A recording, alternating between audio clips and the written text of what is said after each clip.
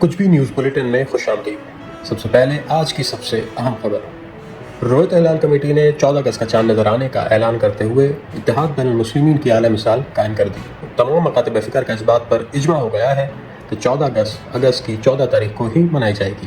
ذرائع کے مطابق اجلاس میں کافی غور و خوض کے بعد یہ فیصلہ کیا گیا ہے کہ 14 اگست 13 کو منانے کا کوئی فائدہ نہیں اور 15 کو منانے کا تو سوال ہی پیدا نہیں ہوتا۔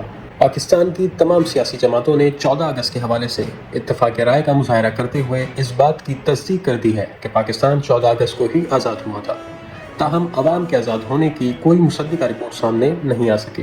دوسری جانب ملک بھر میں جشن آزادی کی تیاریاں عروج پر پہنچ گئیں اور عروج ٹک ٹاک پر کامیابی کا سفر طے کرتے ہوئے دبئی پہنچ گئی۔ ذرائع کے مطابق عروج کے والدین نے بھی اس سفر پہ خوشی کا اظہار کرتے ہوئے کہا ہے کہ ملک کا تو پتہ نہیں لیکن آج ہماری بیٹی آزاد ہو گئی۔ نوجوانوں نے بھی 14 اگست کی رات کو گدا گاڑیوں پہ ریلی نکالنے کا فیصلہ کیا۔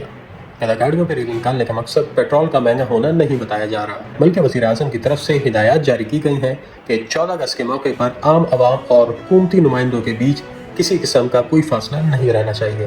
ذرائع کے مطابق اس فیصلے کا خیر مقدم کرتے ہوئے حکومتی نمائندوں نے عام عوام کو اپنے اوپر سوار ہونے کی اجازت دے دی۔ بجلی کے محکمے نے 14 اگست کے حوالے سے عام عوام کو خصوصی ریلیف دینے کا اعلان کر دیا۔ حکام کے مطابق 14 اگست والے دن بجلی کی بندش صرف 14 گھنٹے کی جائے گی تاکہ اس بات کو یقینی بنایا جا سکے کہ زیادہ سے زیادہ عوام سڑکوں پہ نکل کر یوم آزادی کا جشن منا سکیں۔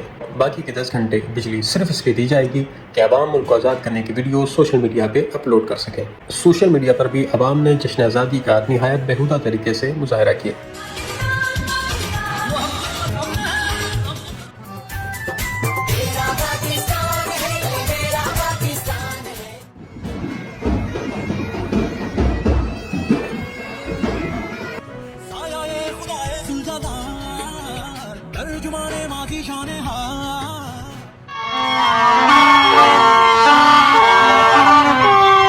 بچیو گل سنو، اے واجے وجا کے تسی ثابت کی کرنا چاہتے ہو؟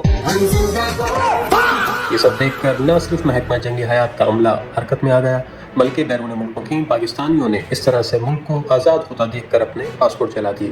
کچھ بھی نیوز کے ذرائع کے مطابق 14 اگست کے موقع پر حب الوطنی میں غیر معمولی اضافہ متوقع ہے۔ یہ اضافہ تقریباً 24 گھنٹے تک جاری رہنے کا امکان ہے۔ 15 اگست سے صورتحال معمول پر آنے کی توقع ہے۔ تو بس یہی تھی آج کی نیوز بلیٹن۔ اپنا رکھیے گا بہت خیال اور نگالوں سے رہیں ہوشیار۔ آپ دیکھ رہے تھے کچھ بھی نیوز بلیٹن، جہاں خبریں صرف سنائی نہیں جاتی بلکہ اڑائی بھی جاتی ہیں۔ اور آخر میں آپ سب کو غلامی کے 69 سال مبارک ہوں۔ پاکستان سے زندہ باد۔